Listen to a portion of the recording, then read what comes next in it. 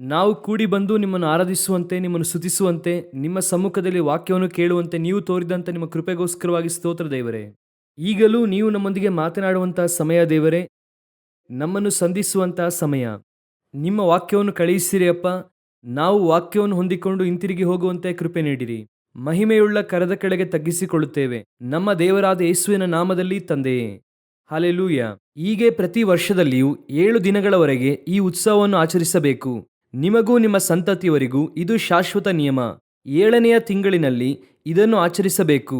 7 ದಿನಗಳು ನೀವು ಪರ್ಣಶಾಲೆಗಳಲ್ಲಿ ವಾಸವಾಗಿರಬೇಕು. ಸ್ವದೇಶಸ್ಥರಾದ ಇಸ್ರಾಯೇಲ್ಯರೆಲ್ಲರೂ ಪರ್ಣಶಾಲೆಗಳಲ್ಲಿಯೇ ವಾಸವಾಗಿರಬೇಕು. ನಾನು ನಿಮ್ಮನ್ನು ಐಗುಪ್ತ ದೇಶದಿಂದ ಬರಮಾಡಿದಾಗ ಇಸ್ರಾಯೇಲ್ಯರು ಪರ್ಣಶಾಲೆಗಳಲ್ಲಿ ವಾಸವಾಗಿರುವಂತೆ ಮಾಡಿದೆನೆಂಬುದಾಗಿ ಇದರಿಂದ ನಿಮ್ಮ ಸಂತತಿಯವರಿಗೆ ತಿಳಿಯುವುದು. ನಾನು ನಿಮ್ಮ ದೇವರಾದ ಯೆಹೋವನು. ಯೆಹೋವನಿಂದ ನೇಮಕವಾದ ಹಬ್ಬಗಳ ದಿನಗಳ ವಿಷಯವಾಗಿ ಮೋಶೆಯು ಅದೇ ಮೇರೆಗೆ ಇಸ್ರಾಯೇಲರಿಗೆ ತಿಳಿಸಿದನು. ಯಾಜಕಕಾಂಡ ಪುಸ್ತಕ 23ನೇ ಅಧ್ಯಾಯ 41ನೇ ವಾಕ್ಯದಿಂದ 44ನೇ ವಾಕ್ಯದ ತನಕ. ಈ ಗೂಡಾರ ಹಬ್ಬ ಎಂಬುದಾಗಿ ಹೇಳುವಂತಹ ಈ ಹಬ್ಬದ ಕುರಿತಾಗಿ ಕೆಲವು ಮುಖ್ಯವಾದ ವಾಕ್ಯಗಳನ್ನು ನಾವು ಓದಿದೆವು. ಯಾಜಕಕಾಂಡ ಪುಸ್ತಕ 23ನೇ ಅಧ್ಯಾಯದಲ್ಲಿ 7 ಹಬ್ಬಗಳ ಕುರಿತಾಗಿ ದೇವರು ಅಲ್ಲಿ ಹೇಳುತ್ತಾರೆ.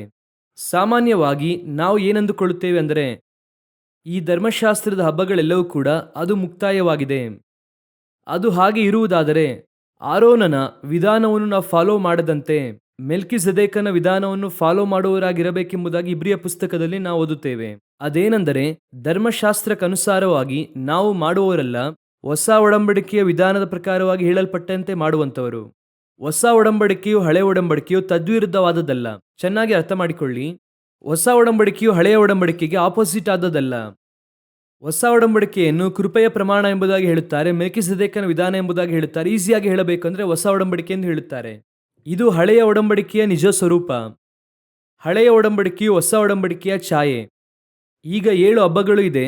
ಆ 7 ಹಬ್ಬಗಳ ಕುರಿತಾಗಿ ಪೌಲನು ಏನು ಹೇಳುತ್ತಾನೆ ಎಂಬುದಾಗಿ ನೋಡುವುದಾದರೆ ಓದಿರಿ.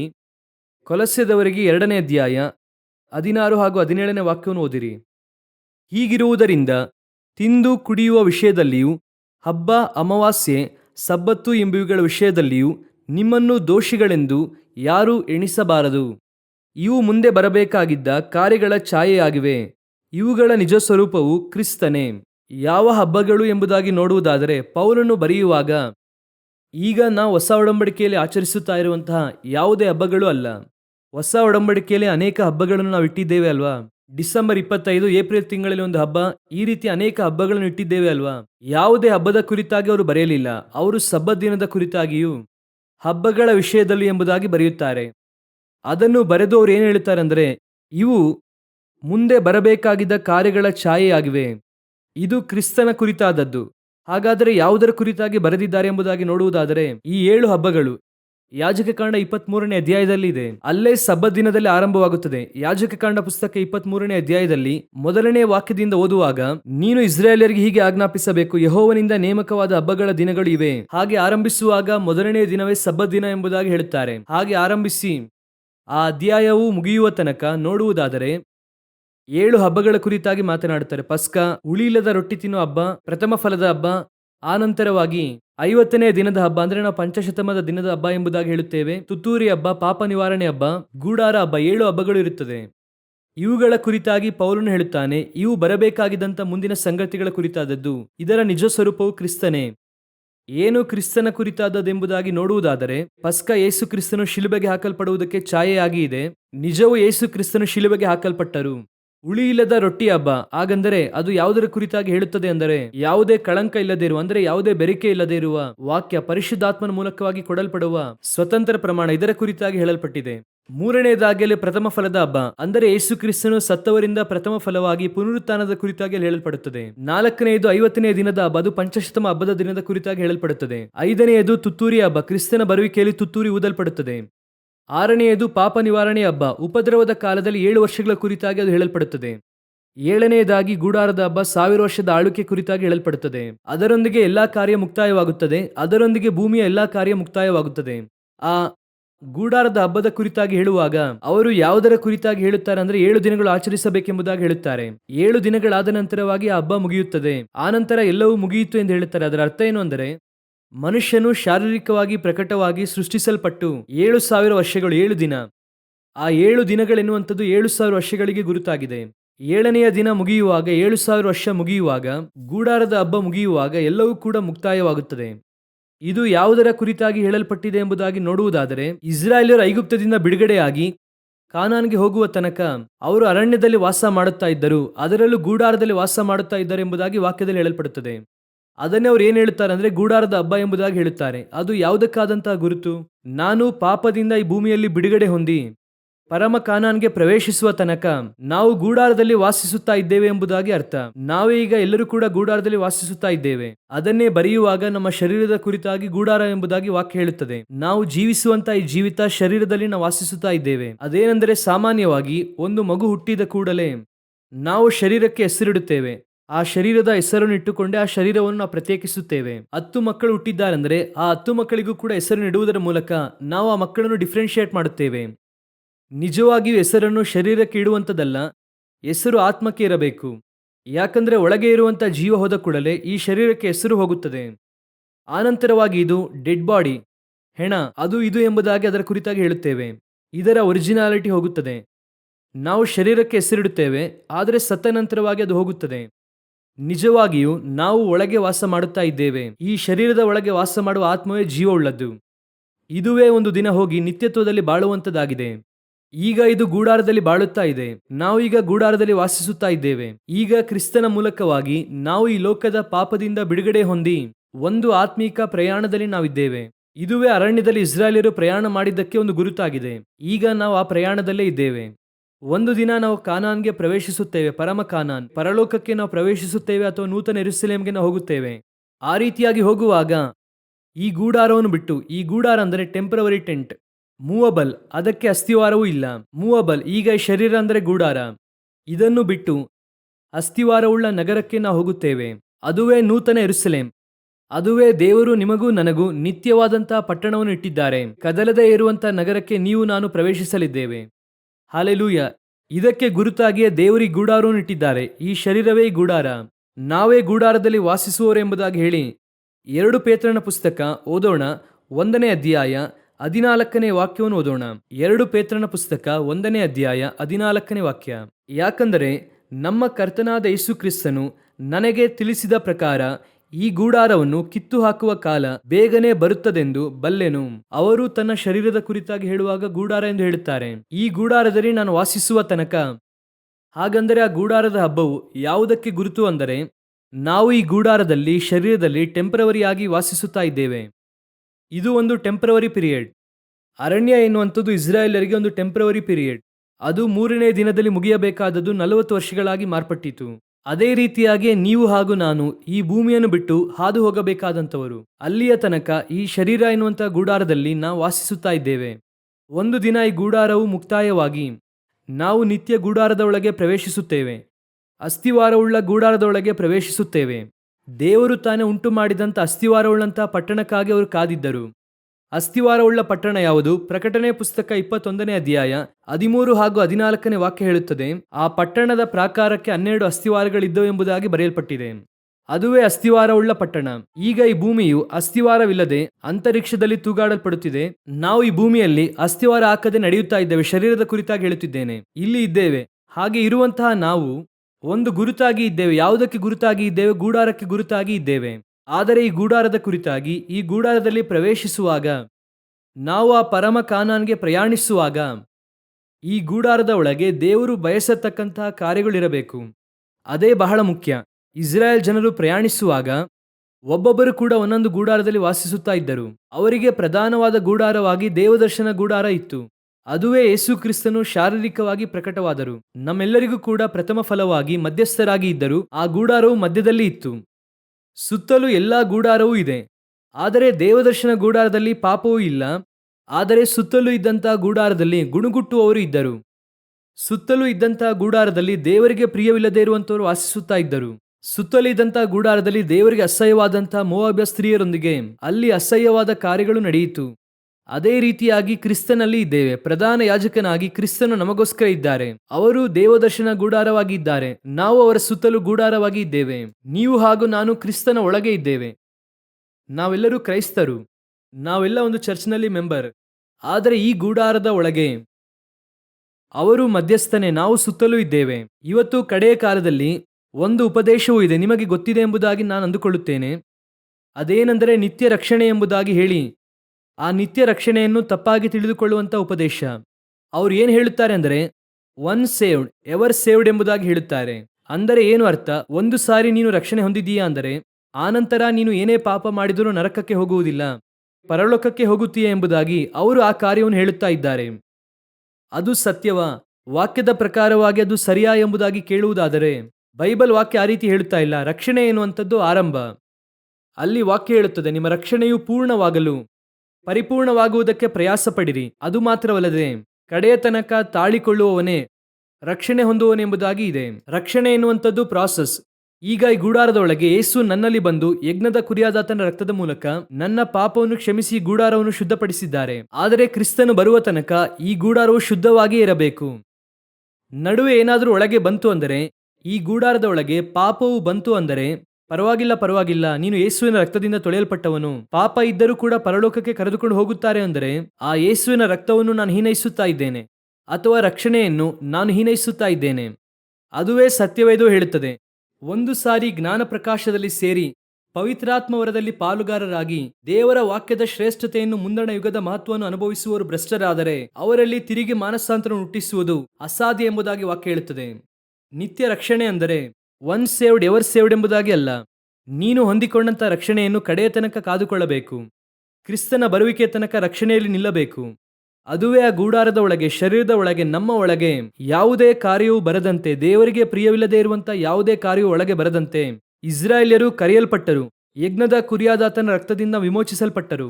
ಅವರು ಪ್ರಯಾಣವನ್ನು ಆರಂಭಿಸಿದರು ಪರಮ ಕಾನಾನ್ ಕಡೆಗೆ.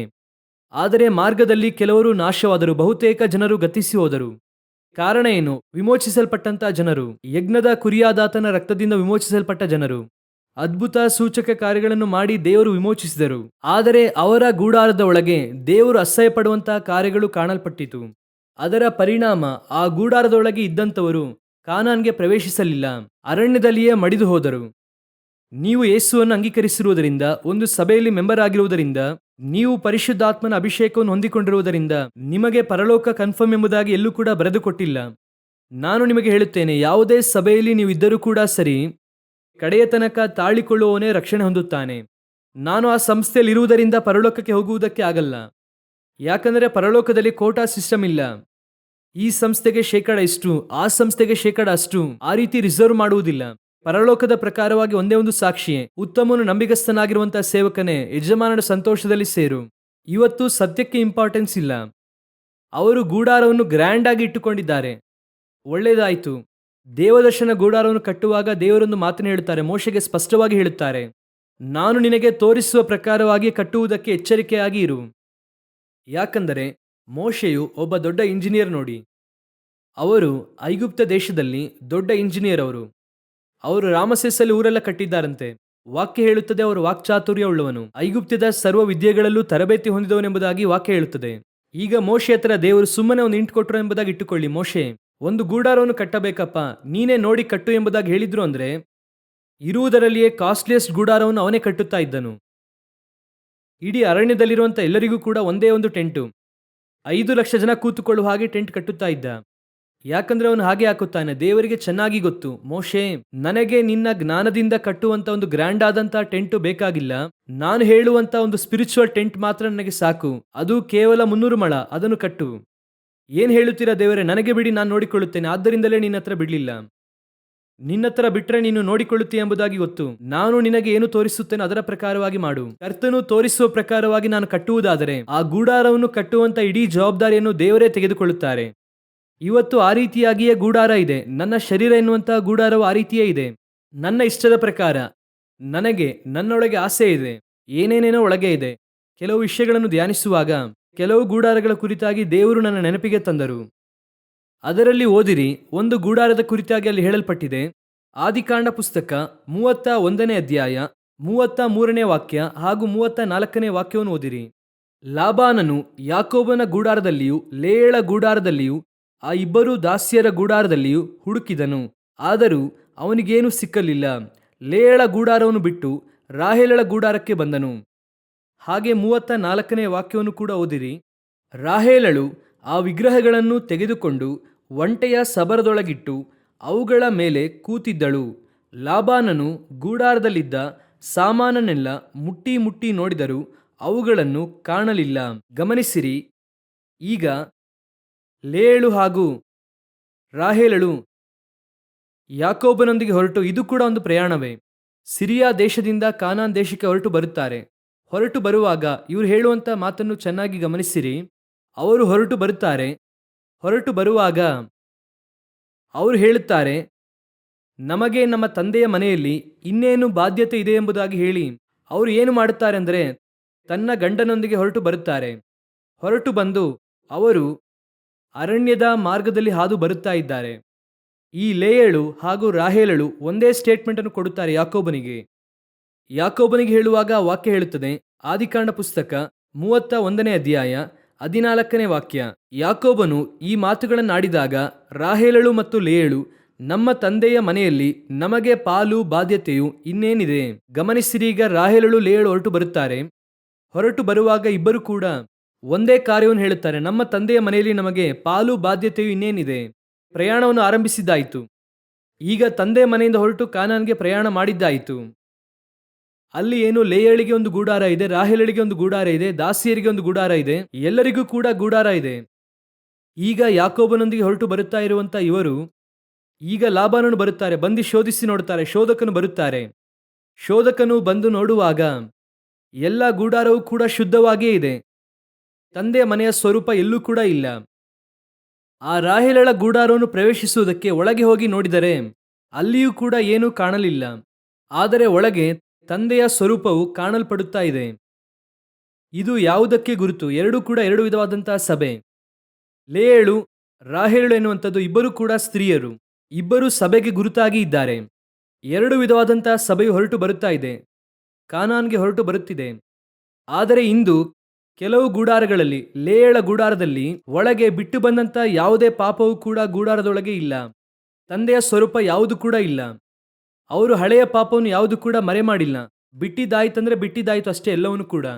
ಆದರೆ ಕೆಲವು ಗೂಡಾರಗಳು ರಾಹೇಲಳ ಗೂಡಾರವಾಗಿದೆ. ತಂದೆಯ ಮನೆಯಲ್ಲಿ ಪಾಲು ಇಲ್ಲ ಎಂಬುದಾಗಿ ಹೇಳಿದ್ದಾಯಿತು. ಆದರೆ ಒಳಗೆ ಏನಿದೆ? ತಂದೆಯ ಮನೆಯಿಂದ ತೆಗೆದುಕೊಂಡು ಬಂದಂತಹ ಪಾಪಗಳು ಇನ್ನೂ ಕೂಡ ಒಳಗೆ ಇದೆ. ಸಭೆಯ ಒಳಗೆ ಬಂದಿದ್ದಾಯಿತು. ರಕ್ಷಣೆ ಹೊಂದಿದ್ದೇವೆ ಎಂಬುದಾಗಿ ಹೇಳಿದ್ದಾಯಿತು. ರಕ್ತದಿಂದ ತೊಳೆಯಲ್ಪಟ್ಟಿದ್ದೇವೆ ಎಂಬುದಾಗಿ ಹೇಳಿದ್ದಾಯಿತು. ಆತ್ಮೀಕ ಸಭೆ ಎಂಬುದಾಗಿ ಹೇಳಿದ್ದಾಯಿತು. ಆದರೆ ಸಭೆಯ ಒಳಗೆ ಬಂದು ಇನ್ನೂ ಕೂಡ ಹಳೆಯ ಪಾಪಗಳು ಒಳಗೆ ಅಡಕವಾಗಿ ಇದೆ. ಈ ಗೂಡಾರದ ಒಳಗೆ ಮರೆಯಾಗಿ ಇದೆ. ಮೇ ಬಿ ಹೊರಗೆ ಇರುವಂತವರಿಗೆ ಗೊತ್ತಾಗದೇ ಇರಬಹುದು, ಅನೇಕರಿಗೆ ಗೊತ್ತಿಲ್ಲ. ಓ ಪ್ರೈಸ್ ದಿ ಲಾರ್ಡ್, ಸ್ತೋತ್ರ, ಹಾಲೆಲೂಯ, ಇವರ ಹಾಗೆ ಪರಿಶುದ್ಧರು ಯಾರಾದರೂ ಇದ್ದಾರೋ ಎಲ್ಲ ಹೇಳುತ್ತಾರೆ.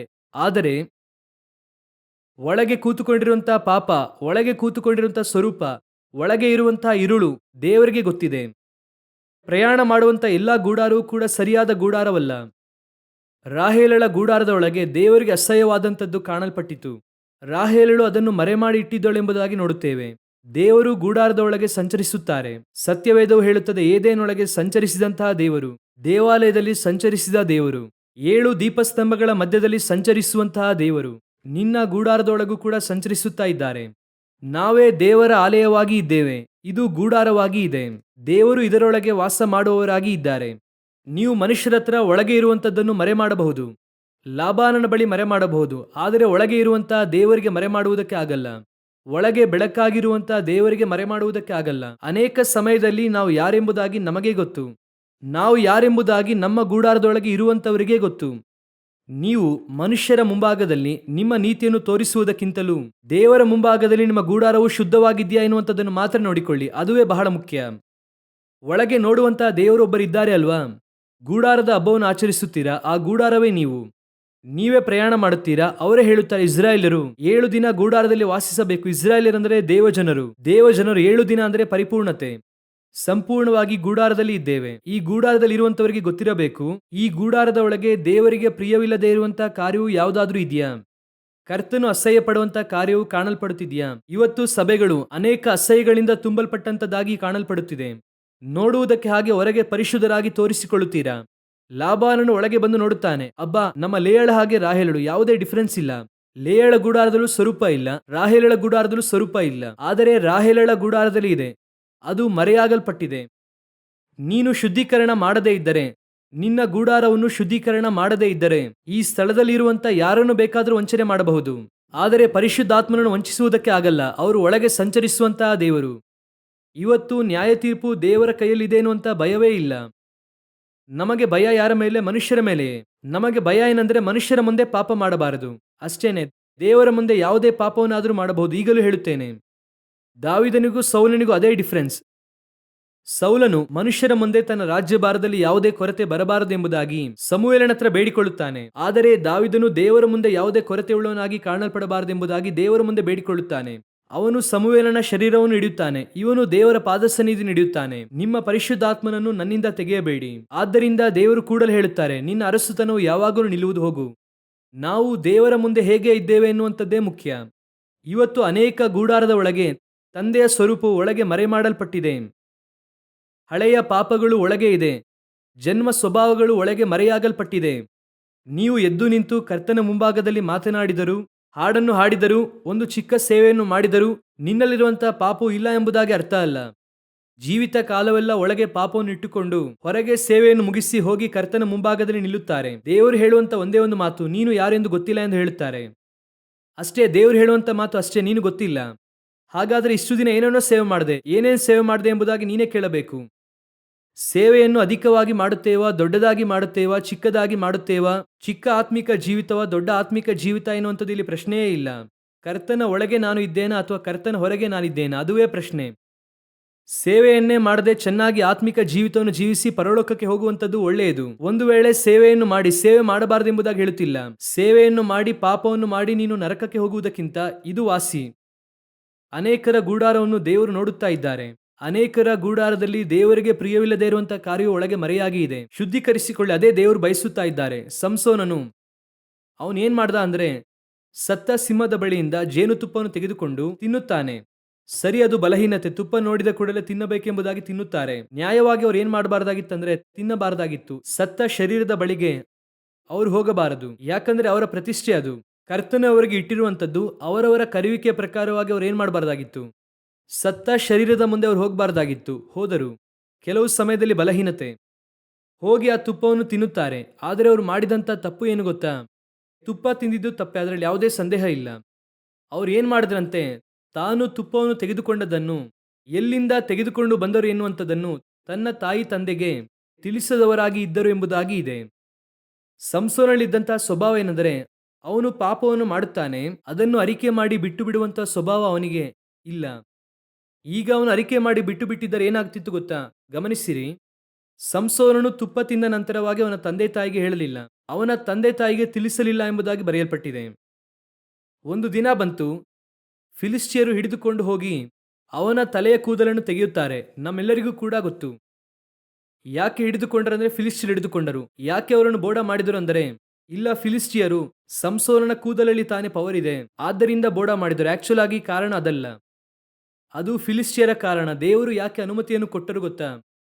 ಸಂಸೋನನು ಒಂದು ವೇಳೆ ತನ್ನ ತಂದೆ ತಾಯಿಗೆ ಹೇಳಿದ್ದೇ ಆಗಿದ್ದರೆ, ಅರಿಕೆ ಮಾಡಿದ್ದೇ ಆಗಿದ್ದರೆ, ನಾನು ಈ ರೀತಿ ಸಿಂಹದಿಂದ ತೆಗೆದುಕೊಂಡಿದ್ದೇನೆ ಅಂದಿದ್ದರೆ, ಅವನ ತಂದೆ ತಾಯಿ ಹೇಳುತ್ತಾ ಇದ್ದರು, ಏನಪ್ಪ ನೀನೇನ್ ಮಾಡಬಾರ್ದಾಗಿತ್ತು, ಸಿಂಹದಿಂದ ತೆಗೆದುಕೊಳ್ಳಬಾರ್ದಾಗಿತ್ತು, ಆ ಸತ್ತ ಶವದ ಹತ್ರ ಹೋಗಬಾರ್ದಾಗಿತ್ತು, ತಪ್ಪು ಮಾಡಿದ್ದೀಯ. ಇದಕ್ಕೆ ಒಂದೇ ಒಂದು ಪರಿಹಾರ ಮಾತ್ರ ಇದೆ, ಪಾಪ ನಿವಾರಣೆಗೆ ಒಂದೇ ಒಂದು ಮಾತ್ರ ಇದೆ. ಏನ್ ಮಾಡಬೇಕು ಗೊತ್ತಾ? ಅರಣ್ಯಕಾಂಡ 6ನೇ ಅಧ್ಯಾಯದಲ್ಲಿದೆ. ವಾಕ್ಯ ಹೇಳುತ್ತದೆ, ಒಂದು ವೇಳೆ ಅವನು ಸತ್ತ ಶವವನ್ನು ಒಂದು ವೇಳೆ ಮುಟ್ಟಿದರೆ ಅವನು ಹೋಗಿ ಯಾಜಕನನ್ನು ಕಾಣಲಿ. ಯಾಜಕನು ಏನು ಮಾಡುತ್ತಾನೆ ಗೊತ್ತಾ? ಅವನ ತಲೆಯ ಕೂದಲನ್ನು ತೆಗೆದು ಆ ತಲೆಯ ಕೂದಲು ಬೆಳೆಯುವ ತನಕ ಅವನನ್ನು ಮನೆಯೊಳಗೆ ಇಟ್ಟಿರುತ್ತಾರೆ.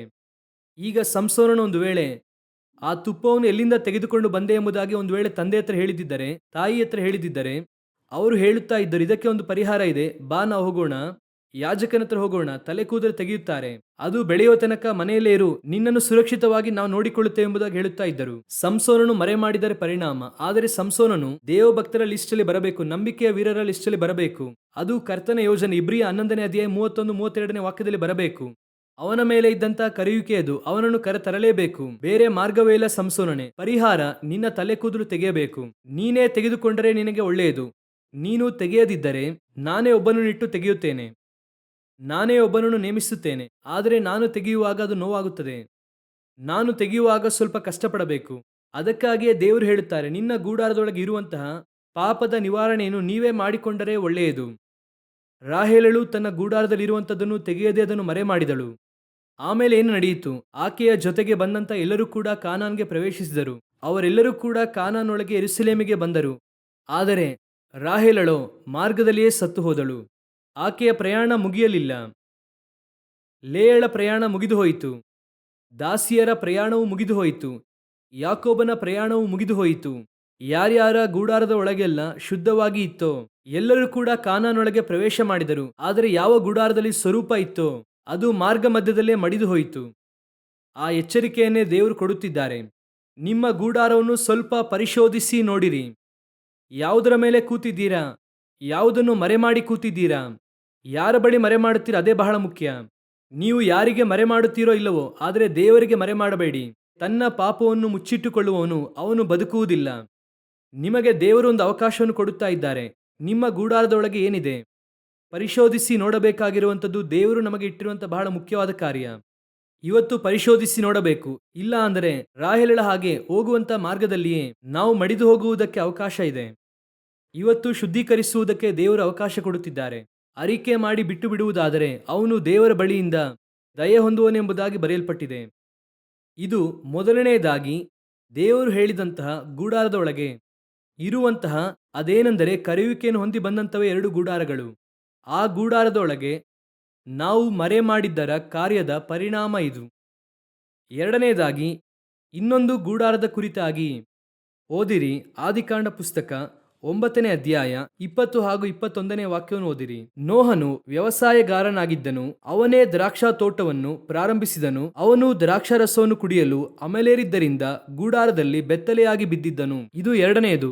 ಈಗ ಈ ಸಂಭವದ ಕುರಿತಾಗಿ ಕೆಲವು ಕಾರ್ಯಗಳನ್ನು ನಿಮಗೆ ಹೇಳುತ್ತೇನೆ. ಈ ಜಲಪ್ರಳಯದ ಮುಂಚಿತವಾಗಿ ಇದ್ದಂತಹ ಪಾಪಗಳು ಏನು? ಜಲಪ್ರಳಯಕ್ಕೂ ಮುಂಚಿತವಾಗಿ ಇದ್ದಂತಹ ಪಾಪಗಳು ಏನು? ಓದಿರಿ. ಮತ್ತಾಯನು ಬರೆದ ಸುವಾರ್ತೆ 24ನೇ ಅಧ್ಯಾಯ 37 ಹಾಗೂ 38ನೇ ವಾಕ್ಯವನ್ನು ಓದಿರಿ. ನೋಹನ ದಿವಸಗಳು ಹೇಗಿದ್ದವೋ ಹಾಗೆಯೇ ಮನುಷ್ಯಕುಮಾರನ ಪ್ರತ್ಯಕ್ಷತೆ ಇರುವುದು. ಹೇಗೆಂದರೆ ಜಲಪ್ರಳಯಕ್ಕೆ ಮುಂಚಿನ ದಿನಗಳಲ್ಲಿ ನೋಹನು ನಾವೆಯಲ್ಲಿ ಸೇರಿದ ದಿನದ ತನಕ ಜನರು ಉಣ್ಣುತ್ತಾ ಕುಡಿಯುತ್ತಾ ಮದುವೆ ಮಾಡಿಕೊಡುತ್ತಾ ಇದ್ದು, ಪ್ರಳಯದ ನೀರು ಬಂದು ಎಲ್ಲರನ್ನೂ ಬಡಕೊಂಡು ಹೋಗುವ ತನಕ ಏನೂ ತಿಳಿಯದೇ ಇದ್ದರಲ್ಲ. ಅದರಂತೆ ಮನುಷ್ಯಕುಮಾರನು ಪ್ರತ್ಯಕ್ಷನಾಗುವ ಕಾಲದಲ್ಲಿಯೂ ಇರುವುದು. ಚೆನ್ನಾಗಿ ಗಮನಿಸಿರಿ. ಜಲಪ್ರಳಯಕ್ಕಿಂತ ಮುಂಚೆ ಜನರು ಹೇಗಿದ್ದರಂತೆ? ತಿನ್ನುತ್ತಾ ಕುಡಿಯುತ್ತಾ ಮದುವೆ ಮಾಡಿಕೊಡುತ್ತಾ. ಇದಕ್ಕೆ ಒಂದೊಂದಕ್ಕೂ ಕೂಡ ಅರ್ಥ ಇದೆ. ಆದರೆ ಇಂದು ನಮಗೆ ಅವಶ್ಯವಾಗಿರುವಂಥದ್ದು ಈಗ ಇದಕ್ಕೆ ವಿವರವಾಗಿ ಲೂಕನ ಸುವಾರ್ತೆಯಲ್ಲಿ ಇದನ್ನೇ ದೇವರು ವಿವರವಾಗಿ ಹೇಳಿದ್ದಾರೆ. ಓದಿರಿ. ಲೂಕನ ಬರೆದ ಸುವಾರ್ತೆ 21ನೇ ಅಧ್ಯಾಯ 34ನೇ ವಾಕ್ಯವನ್ನು ಓದಿರಿ. ನಿಮ್ಮ ವಿಷಯದಲ್ಲಿ ಜಾಗರೂಕರಾಗಿರಿ. ಅತಿ ಭೋಜನದ ಮದಡಿನಿಂದಲೂ ಅಮಲಿನಿಂದಲೂ ಪ್ರಪಂಚದ ಚಿಂತೆಗಳಿಂದಲೂ ನಿಮ್ಮ ಹೃದಯಗಳು ಭಾರವಾಗಿರಲಾಗಿ ಆ ದಿವಸವು ನಿಮ್ಮ ಮೇಲೆ ಉರ್ಲಿನಂತೆ ಪಕ್ಕನೆ ಬಂದಿತು. ಏನು ಹೇಳುವುದಕ್ಕೆ ಬರುತ್ತಿದ್ದಾರೆ? ತಿನ್ನುವಂಥದ್ದು ತಪ್ಪಲ್ಲ, ಅತಿ ಭೋಜನ ತಪ್ಪು. ತಿನ್ನುವಂಥದ್ದು ತಪ್ಪಲ್ಲ, ತಿನ್ನುತ್ತಲೇ ಇರುವಂಥದ್ದು. ಕೆಲವರು ಹೇಗೆ ಇರುತ್ತಾರೆ? ತಿನ್ನುತ್ತಲೇ ಇರುತ್ತಾರೆ. ಅತಿ ಭೋಜನ ಅಂದರೆ ತಿನ್ನುವಂಥದ್ದು. ಅಲ್ಲಿ ತಿನ್ನುವುದು ಎನ್ನುವುದಕ್ಕೆ ಇಲ್ಲಿ ಅತಿ ಭೋಜನ ಎಂದು ಇದೆ. ಎರಡನೇದಾಗಿ ಅಮಲಿನಿಂದಲೂ. ಯಾವ ಅಮಲು? ಅಲ್ಲೇನಿದೆ? ಕುಡಿಯುತ್ತಾ ಎಂದು ಇದೆ. ಅಲ್ಲಿ ಕುಡಿಯುತ್ತಾ ಎನ್ನುವುದಕ್ಕೆ ಇಲ್ಲಿ ಅಮಲಿನಿಂದಲೆಂಬುದಾಗಿ ಇದೆ. ಅದರ ಅರ್ಥ ಏನೆಂಬುದಾಗಿ ಈಗ ಓದಿರಿ. ಆದಿಕಾಂಡ ಪುಸ್ತಕ 9ನೇ ಅಧ್ಯಾಯ 21ನೇ ವಾಕ್ಯವನ್ನು ಓದಿರಿ. ಅವನು ದ್ರಾಕ್ಷಾರಸವನ್ನು ಕುಡಿಯಲು ಅಮಲೇರಿದ್ದರಿಂದ ಗೂಡಾರದಲ್ಲಿ ಬೆತ್ತಲೆಯಾಗಿ ಬಿದ್ದಿದ್ದನು. ಇದೇ ಪಾಪವೇ ಜಲಪ್ರಳಯಕ್ಕೂ ಮುಂಚೆ ಇತ್ತು. ಇದೇ ಪಾಪ ಎಲ್ಲಿ ಇತ್ತು? ಜಲಪ್ರಳಯಕ್ಕೂ ಮುಂಚೆ ಇತ್ತು. ಜಲಪ್ರಳಯದ ನಂತರ ನೋಹ ದ್ರಾಕ್ಷಾರಸವನ್ನು ಕುಡಿದು ಅಮಲೇರಿದ್ದರಿಂದ. ಈಗ ಅನೇಕರು ಇದಕ್ಕೆ ಅರ್ಥ ಹೇಳುತ್ತಾರೆ. ವೇದ ಪಂಡಿತರು, ಮೇ ಬಿ ಅದು ಸರಿಯಾಗಿ ಕೂಡ ಇರಬಹುದು, ಅದನ್ನು ಒಂದು ಅರ್ಥ ಎಂಬುದಾಗಿ ಪರಿಗಣಿಸಬಹುದು. ಯಾಕೆ ಎಂಬುದಾಗಿ ಕೇಳುವುದಾದರೆ, ನೋಹನಿಗೆ ಜಲಪ್ರಳಯದ ನಂತರ ಕ್ಲೈಮೇಟ್ ಎಲ್ಲ ಬದಲಾಗಿದ್ದರಿಂದ ಈ ದ್ರಾಕ್ಷಾರಸದಲ್ಲಿ ಈಸ್ಟ್ ಫಾರ್ಮ್ ಆಗಿ ಅದರಲ್ಲಿ ಇದ್ದಂತಹ ಆ ಬೋಧೆ ಎನ್ನುವಂಥದ್ದು ನೋಹನಿಗೆ ಗೊತ್ತಿರಲಿಲ್ಲ. ಅವರು ಕುಡಿದು ಅಮಲೇರಿದರು ಎಂಬುದಾಗಿ ಹೇಳುತ್ತಾರೆ. ಮೇ ಬಿ ಆಗೂ ಇರಬಹುದು. ಯಾಕೆ ಅಂದರೆ ಆ ಜಲಪ್ರಳಯ ಮುಂಚೆ ಇದ್ದಂತಹ ಕಾಲದಲ್ಲಿ ಅವರು ತಿಂದರು, ಕುಡಿದರು, ಅಮಲೇರಿದರು, ಎಲ್ಲ ಮಾಡುತ್ತಾರೆ. ಆದರೆ ನೋಹನು ಹಾಗೆ ಮಾಡಿದ ಎಂಬುದಾಗಿ ಇಲ್ಲ. ನೋಹನು ಹೇಗೆ ಇದ್ದ? ನೋಹನು ದೇವರೊಂದಿಗೆ ಸಂಚರಿಸುತ್ತಾ ಇದ್ದನು. ನೋಹನು ಹೇಗೆ ಇದ್ದನು? ನೀತಿವಂತನಾಗಿ ಇದ್ದನು. ಹಾಗಾದ್ರೆ ಆ ತಿಂದು ಕುಡಿಯುತ್ತಾ ಅಮಲೇರಿದಂತಹ ಗುಂಪಿನಲ್ಲಿ ಯಾರಿಲ್ಲ? ನೋಹ ಇಲ್ಲ. ಆದರೆ ಈಗ ಗೂಡಾರದೊಳಗೆ ಏನಿದೆ? ಈಗ ದ್ರಾಕ್ಷಾರಸವನ್ನು ಕುಡಿದು ಅಮಲೇರಿ ನಗ್ನತೆ ಒಳಗೆ ಬಂತು. ಈಗ ನೋಹನು ಗೊತ್ತಿದ್ದು ಮಾಡಿದ್ರ, ಗೊತ್ತಿಲ್ಲದೆ ಮಾಡಿದ್ರ ಗೊತ್ತಿಲ್ಲ. ಆದರೆ ಅವರು ನೀತಿವಂತರು. ಅವರು ಯಾರಾಗಿ ಇದ್ದರು? ನೀತಿವಂತರಾಗಿ ಇದ್ದರು. ಅವರು ಜಲಪ್ರಳಯವನ್ನೇ ತಪ್ಪಿಸಿಕೊಂಡರು. ಈ ಲೋಕವನ್ನೇ ಅವರು ಕಾಪಾಡಿದರು. ಇವತ್ತು ಇರುವಂಥ ಎಲ್ಲ ಸಂತತಿಯನ್ನು ಕಾಪಾಡುವುದರಲ್ಲಿ ಬಹಳ ಮುಖ್ಯವಾದಂತಹ ಸೇವೆಯನ್ನು ಯಾರು ಮಾಡಿದ್ದು? ನೋಹನೇ ಮಾಡಿದ್ದು. ಜೀವರಾಶಿಗಳಿಂದ ಎಲ್ಲದರ ಮಿನಿಸ್ಟ್ರಿಯನ್ನು ದೇವರು ಯಾರ ಕೈಯಲ್ಲಿ ಕೊಟ್ಟರು? ನೋಹನ ಕೈಯಲ್ಲಿ ಕೊಟ್ಟರು. ಈಗ ನೋಹನ ಗೂಡಾರದೊಳಗೆ ದೇವರು ಅಸಹ್ಯ ಪಡುವಂತ ಒಂದು ಕಾರ್ಯವೂ ಇದೆ. ಅದು ಗೊತ್ತಿದ್ದು ಬಂತ, ಗೊತ್ತಿಲ್ಲದೆ ಬಂತ ಗೊತ್ತಿಲ್ಲ. ಒಂದು ವೇಳೆ ನೋಹನು ಗೊತ್ತಿಲ್ಲದೆ ಮಾಡಿರಬಹುದೆಂಬುದಾಗಿ ನಾವು ಅಂದುಕೊಳ್ಳಬಹುದು. ಯಾಕಂದ್ರೆ ಮುಂಚೆ ಕುಡಿದಂತವರ ಲಿಸ್ಟಲ್ಲಿ ಅವರಿಲ್ಲ. ಆದರೆ ನೋಹನು ಹಾಗೆ ಮಾಡಿದರ ನಿಮಿತ್ತವಾಗಿ ಒಳಗೆ ಏನ್ ಬಂತು? ನಗ್ನತೆಯೂ ಬಂತು. ನಗ್ನತೆಯು ಬಂದದ್ದು ಮಾತ್ರವಲ್ಲ, ದೇವರು ಏನು ಮಾಡುತ್ತಾರೆ ಅಂದರೆ, ಆ ಆದಿಕಾಂಡ ಪುಸ್ತಕ 9ನೇ ಅಧ್ಯಾಯ 1ನೇ ವಾಕ್ಯವನ್ನು ಓದಿ. ದೇವರು ನೋಹನನ್ನು ಅವನ ಮಕ್ಕಳನ್ನು ಆಶೀರ್ವದಿಸಿ ಅವರಿಗೆ ಬಹು ಸಂತಾನವುಳ್ಳವರಾಗಿ ಹೆಚ್ಚಿರಿ, ಭೂಲೋಕದಲ್ಲೆಲ್ಲ ತುಂಬಿಕೊಳ್ಳಿರಿ. ಈಗ ಈ 4 ಜನ ಏನಾದರೂ ಆಶೀರ್ವಾದದ ಸಂತತಿಯಾಗಿ ಮಾರ್ಪಟ್ಟರು. ನೋಹನು, ಶೇಮ್, ಹಾಮ್, ಯಾಫೆತ್, ಈ 4 ಜನ ಏನಾಗಿ ಮಾರ್ಪಟ್ಟಿದ್ದಾರೆ? ಆಶೀರ್ವಾದದ ಸಂತತಿ. ಈಗ 4 ಗೂಡಾರ ಇದೆ. ಶೇಮ್ಗೆ ಒಂದು ಗೂಡಾರ, ಹಾಮ್ಗೆ ಒಂದು ಗೂಡಾರ, ಯಾಫೇತ್ಗೆ ಒಂದು ಗೂಡಾರ, ನೋಹನಿಗೆ ಒಂದು ಗೂಡಾರ. 4 ಗೂಡಾರ. ಯಾವ ಗೂಡಾರ? ಆಶೀರ್ವದಿಸಲ್ಪಟ್ಟಂತಹ ಗೂಡಾರ. ಯಾವ ಆಶೀರ್ವಾದ? ಕರ್ತನಿಂದ ಆಶೀರ್ವದಿಸಲ್ಪಟ್ಟಂತಹ ಒಂದು ಗೂಡಾರ. ಆದರೆ ಈಗ ನೋಹನ ಗೂಡಾರದೊಳಗೆ ಗೊತ್ತಿದ್ದೋ ಗೊತ್ತಿಲ್ಲದೆಯೋ ಒಳಗೆ ಅಮಲೇರಿದ್ದರಿಂದ ನಗ್ನತೆ ಬಂದದರ ಪರಿಣಾಮ ಏನಾಯಿತು ಗೊತ್ತಾ? ಒಂದು ಗೂಡಾರವು ಶಪಿಸಲ್ಪಟ್ಟಿತು. ಮುಂದಿನ ವಾಕ್ಯವನ್ನು ಓದಿರಿ. 24ನೇ ವಾಕ್ಯವನ್ನು ಓದಿರಿ. ನೋಹನು ಅಮಲಿಳಿದೆದ್ದು ಕಿರಿಮಗನು ಮಾಡಿದ್ದನ್ನು ತಿಳಿದು ಕಾನಾನು ಶಾಪಗ್ರಸ್ತನಾಗಲಿ, ಅವನು ತನ್ನ ಅಣ್ಣ ತಮ್ಮಂದಿರಿಗೆ ದಾಸನಾಗಲಿ ಅಂದನು. ಇದ್ದಂತಹ 4 ಗೂಡಾರಗಳಲ್ಲಿ ಒಂದು ಗೂಡಾರ ಏನಾಯಿತು? ಶಪಿಸಲ್ಪಟ್ಟಂತಹ ಗೂಡಾರವಾಯಿತು. ಕರ್ತನು ಆಶೀರ್ವದಿಸಿದಂತಹ ಸಂತತಿಯಲ್ಲಿ ಏನ್ ಬಂತು? ಶಾಪ ಬಂತು. ಯಾವ ಶಾಪ ಬಂತು? ಜಲಪ್ರಳಯ ಆಗುವುದಕ್ಕಿಂತ ಮುಂಚೆ ಯಾವ ಪಾಪವೂ ಇತ್ತೋ ಆ ಪಾಪ ಈಗ ಎಲ್ಲಿ ಬಂದಿದೆ? ನೋಹನ ಗೂಡಾರದೊಳಗೆ ಬಂದಿದೆ. ಅದು ತಿಳಿದು ಬಂತ, ತಿಳಿಯದೆ ಬಂತ ಗೊತ್ತಿಲ್ಲ. ಈಗ ಉದಾಹರಣೆಗೆ ಹೇಳುತ್ತೇನೆ ನೋಡಿ. ಎಫೆಸ ಸಭೆಯನ್ನು ನೋಡಿ ದೇವರು ಒಂದು ಮಾತನ್ನು ಹೇಳುತ್ತಾರೆ. ಏನು ಹೇಳುತ್ತಾರೆ ಎಂಬುದಾಗಿ ನೋಡುವುದಾದರೆ, ಪ್ರಕಟಣೆ ಪುಸ್ತಕ 2ನೇ ಅಧ್ಯಾಯ 6ನೇ ವಾಕ್ಯ ಓದಿರಿ. ಆದರೆ ನಿನ್ನಲ್ಲಿ ಒಳ್ಳೆಯದೊಂದುಂಟು, ಅದೇನೆಂದರೆ ನಾನು ದ್ವೇಷಿಸುವ ನಿಕೊಲಾಯಿತರ ಕೃತ್ಯಗಳನ್ನು ನೀನು ಸಹ ದ್ವೇಷಿಸುತ್ತಿ. ನಿಕೊಲಾಯಿತರ ಕೃತ್ಯಗಳನ್ನು ನೀನು ಸಹ ದ್ವೇಷಿಸುತ್ತಿ. ಯಾವಾಗ? ಮೊದಲನೇ ಸಭೆ ಎಫೆಸ ಸಭೆಗೆ. 3ನೇ ಸಭೆ ಪೆರ್ಗಮ ಸಭೆಗೆ ಏನು ಹೇಳುತ್ತಾರೆ ಎಂಬುದಾಗಿ ನೋಡಿರಿ. 15ನೇ ವಾಕ್ಯ 2:15. ಪೆರ್ಗಮ ಸಭೆಗೆ ದೇವರು ಏನು ಹೇಳುತ್ತಾರೆ ಎಂಬುದಾಗಿ ನೋಡಿರಿ. ಹಾಗೆಯೇ ನಿಕೊಲಾಯಿತರ ಬೋಧನೆಯನ್ನು ಅವಲಂಬಿಸಿರುವವರು ನಿಮ್ಮಲ್ಲಿದ್ದಾರೆ. ಒಂದು ಕಾಲದಲ್ಲಿ ಸಭೆಯಲ್ಲಿ ದ್ವೇಷಿಸಲ್ಪಟ್ಟಂತ ಉಪದೇಶವು ಇನ್ನೊಂದು ಕಾಲಘಟ್ಟದಲ್ಲಿ ಸಭೆಯಲ್ಲಿ ಕಾಣಲ್ಪಡುತ್ತಾ ಇದೆ. ಅರ್ಥವಾಗುತ್ತಿದೆಯಾ? ಎಫೆಸ ಸಭೆಯಲ್ಲಿ ದ್ವೇಷಿಸಲ್ಪಟ್ಟಂತ ನಿಕೊಲಾಯಿತರ ಉಪದೇಶವು ಪೆರ್ಗಮ ಸಭೆಯಲ್ಲಿ ಇದೆ ಎಂದು ಹೇಳುತ್ತಿದ್ದಾರೆ. ಜಲಪ್ರಳಯಕ್ಕಿಂತ ಮುಂಚೆ ಇಲ್ಲದೇ ಇರುವಂತಹ ಕುಡುಕತನದ ಅಮಲು ಜಲಪ್ರಳಯದ ನಂತರ ಎಲ್ಲಿದೆ? ನೋಹನ ಗೂಡಾರದೊಳಗೆ ಇದೆ. ಅದು ಅವರ ಒಳಗೆ ಇತ್ತು. ಒಂದು ದಿನ ಈ ಗೂಡಾರದೊಳಗೆ ಬಂತು. ಈ ಗೂಡಾರದೊಳಗೆ ಬಂದದ್ದರ ಪರಿಣಾಮವು 4 ಸಂತತಿಯಲ್ಲಿ ಒಂದು ಸಂತತಿಯು ಶಪಿಸಲ್ಪಟ್ಟಿತು. ಇವತ್ತು ಇದುವೇ ಸಭೆಯ, ಆತ್ಮಿಕ ಸಭೆಯ ಪರಿಸ್ಥಿತಿ. ಒಂದು ಕಾಲದಲ್ಲಿ ಯಾವ ಯಾವ ಪಾಪಗಳು ಸಭೆಯಲ್ಲಿ ದ್ವೇಷಿಸಲ್ಪಟ್ಟಿತೋ, ಯಾವ ಯಾವ ಕಾರ್ಯಗಳು ಪಾಪ ಎಂಬುದಾಗಿ ಹೇಳಲ್ಪಟ್ಟಿತೋ, ಯಾವುದು ಸಭೆಯೊಳಗೆ ಬರಬಾರದೆಂಬುದಾಗಿ ಹೇಳಲ್ಪಟ್ಟಿತೋ, ಅದೆಲ್ಲವೂ ಕೂಡ ಇಂದು ಸಭೆಯೊಳಗೆ ಬಂದು ಬಿಟ್ಟಿದೆ. 30 ವರ್ಷಗಳ ಹಿಂದೆ ದೇವಸೇವಕರು ಯಾವುದೆಲ್ಲ ಸಭೆಯೊಳಗೆ ಬರಬಾರದೆಂಬುದಾಗಿ ತಡೆ ಹಿಡಿದಿದ್ದರೋ ಅದೆಲ್ಲವೂ ಕೂಡ ಇಂದು ಮಾಡರ್ನೈಸ್ ಚರ್ಚ್ ಎನ್ನುವಂಥ ಹೆಸರಿನಲ್ಲಿ ಆ ಎಲ್ಲಾ ಪಾಪವು ಒಳಗೆ ಬಂದು ಕೂತಿದೆ. ಅಂದು ದ್ವೇಷಿಸಲ್ಪಟ್ಟಂತ ನಿಕೊಲಾಯಿತರ ಉಪದೇಶವು ಇಂದು ಒಳಗೆ ಬಂದಿದೆ. ಅವತ್ತು ಗೂಡಾರದಲ್ಲಿ ಇಲ್ಲದೇ ಇರುವಂತಹ ಕುಡುಕತನದ ಅಮಲು ಈಗ ಒಳಗೆ ಬಂದಿದೆ.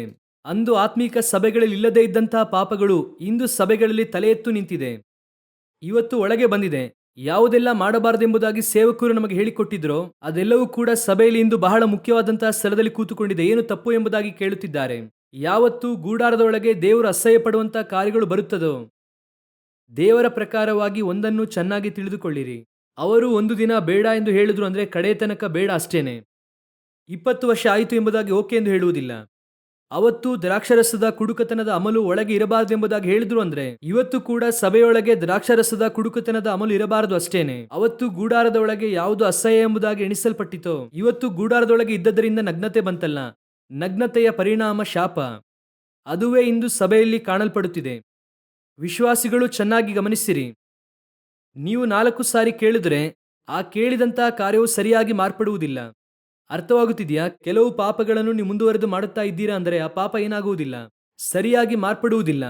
ಈಗ ದೇವರು ಬೀಳಾಮನಿಗೆ ಹೇಳುತ್ತಾರೆ, ನಿನ್ನ ಮನೆಯಲ್ಲಿ ಒಬ್ಬ ಕೂತಿದ್ದಾನಲ್ಲ ಯಾರು ಎಂಬುದಾಗಿ ಕೇಳುತ್ತಾರೆ. ಬಾಳಾಕನು ಬಂದಿದ್ದಾನೆ, ಅವನೊಂದಿಗೆ ಹೋಗಬೇಡ ಎಂದು ಹೇಳುತ್ತಾರೆ. ಈಗ ಬೀಳಾಮನ್ ಏನ್ ಮಾಡಬೇಕಾಗಿತ್ತು? ಬಂದಿರುವಂತವನನ್ನು ಕಳುಹಿಸಬೇಕಾಗಿತ್ತು ತಾನೆ. ಈಗ ಬೀಳಾಮನು ಕೇಳುತ್ತಾನೆ, ಸ್ವಲ್ಪ ವೆಯ್ಟ್ ಮಾಡಿ, ನಾನು ದೇವರ ಹತ್ರ ಕೇಳಿ ಹೇಳುತ್ತೇನೆ. ನಾನೇ ನೆನ್ನೆನೆ ಹೇಳಿದ್ನಲ್ಲ ಬೇಡ ಎಂಬುದಾಗಿ. ಈಗೇನು 2ನೇ ಸಾರಿ ಕೇಳುತ್ತೀಯಾ? ಈಗ 2ನೇ ಸಾರಿ ಕೇಳುತ್ತಾರೆ, ದೇವರೇ ನಾನು ಇವನೊಂದಿಗೆ ಹೋಗಲ್ಲ. ಹೋಗು. ನೆನ್ನೆ ಬೇಡ ಅಂತ ಹೇಳಿದ್ರಲ್ಲ, ಬೇಡ ಎನ್ನುವಂಥದ್ದೇ ನನ್ನ ತೀರ್ಮಾನ. ಈಗ ನೀನು ನನ್ನನ್ನು ಮೀರಿ ಕೇಳುತ್ತಾ ಇದೆಯಲ್ಲ, ಹೋಗು. ಆಮೇಲೆ ಏನಾಗುತ್ತದೆ? ಸತ್ತು ಹೋಗುತ್ತೀಯಾ? ಬೀಳಾಮನ್ ಏನಾಗುತ್ತಾನೆ? ಸತ್ತು ಹೋದ. ಒಂದು ವಿಷಯವನ್ನು ದೇವರು ಬೇಡ ಎಂದು ಹೇಳುತ್ತಾರೆ ಅಂದ್ರೆ ಬೇಡ ಅಷ್ಟೇನೆ. ಗಮನಿಸಿರಿ, ಗೊತ್ತೋ ಗೊತ್ತಿಲ್ಲದೆಯೋ ನಿನ್ನ ಗೂಡಾರದೊಳಗೆ ದೇವರು ಅಸಹ್ಯ ಪಡುವಂತ ಕಾರ್ಯವು ಬಂದಿದೆ. ಅದನ್ನು ರಿಮೂವ್ ಮಾಡುವುದಕ್ಕೆ ನೋಡಬೇಕು. ಮತ್ತೆ ನೀವು ಅದನ್ನು ಅಡ್ಮಿಟ್ ಮಾಡಿಕೊಂಡರೆ ಅದು ಶಾಪದಲ್ಲಿ ಕರ್ಕೊಂಡು ಹೋಗಿ ನಿಲ್ಲಿಸುತ್ತದೆ. ಬಹಳ ಕೇರ್ಫುಲ್ ಆಗಿರಬೇಕು. ಆರಂಭದಲ್ಲಿ ಹಾಗೆ ಮಾಡುವಂತ ಪಾಪವು ಅದು ಕಡೆಯ ತನಕವೂ ಕೂಡ ಪಾಪವೇ ಆಗಿದೆ. ಅದಕ್ಕೆ ಸಭೆಯಲ್ಲಿ ಸ್ಥಳ ಇಲ್ಲ. 50 ವರ್ಷವಾದ ನಂತರ ಅದು ಮಾಡಿಫೈ ಆಗಿ ಒಳಗೆ ಬರಬೇಕೆಂಬುದಾಗಿ ಅರ್ಥ ಅಲ್ಲ. 100 ವರ್ಷವಾದ ನಂತರ ಅದನ್ನು ಮಾಡಿಫೈ ಮಾಡಿ ಒಳಗೆ ತರಬೇಕೆಂಬುದಾಗಿ ಅರ್ಥ ಅಲ್ಲ. ಅವತ್ತು ದೇವರು ಹಾಗೆ ಮಾಡುದ್ರಂದ್ರೆ ಇವತ್ತು ಕೂಡ ಹಾಗೆ ಮಾಡುತ್ತಾರೆ. ಯಾಕಂದ್ರೆ ದೇವರು ನಿನ್ನೆ ಇವತ್ತು ನಿರಂತರವೂ ಕೂಡ ಮಾರ್ಪಡದೇ ಇರುವಂತಹ ದೇವರು. 21ನೇ ಶತಮಾನಕ್ಕೆ ಅವರು ಮಾಡರ್ನೈಸ್ಡ್ ಗಾಡ್ ಅಲ್ಲ. 1000 ವರ್ಷಗಳ ಹಿಂದೆ ಏನೋ ಸ್ವಲ್ಪ ಅವರು ಏನ್ಷಿಯಂಟ್ ಆದಂತಹ ಗಾಡ್ ಅಲ್ಲ. ಅವರು ನಮ್ಮ ದೇವರು ಸ್ಟಿಲ್ ಅಲೈವ್. ಅವರು ಅವತ್ತು ಇವತ್ತು ಒಂದೇ ಗಾಡೆ.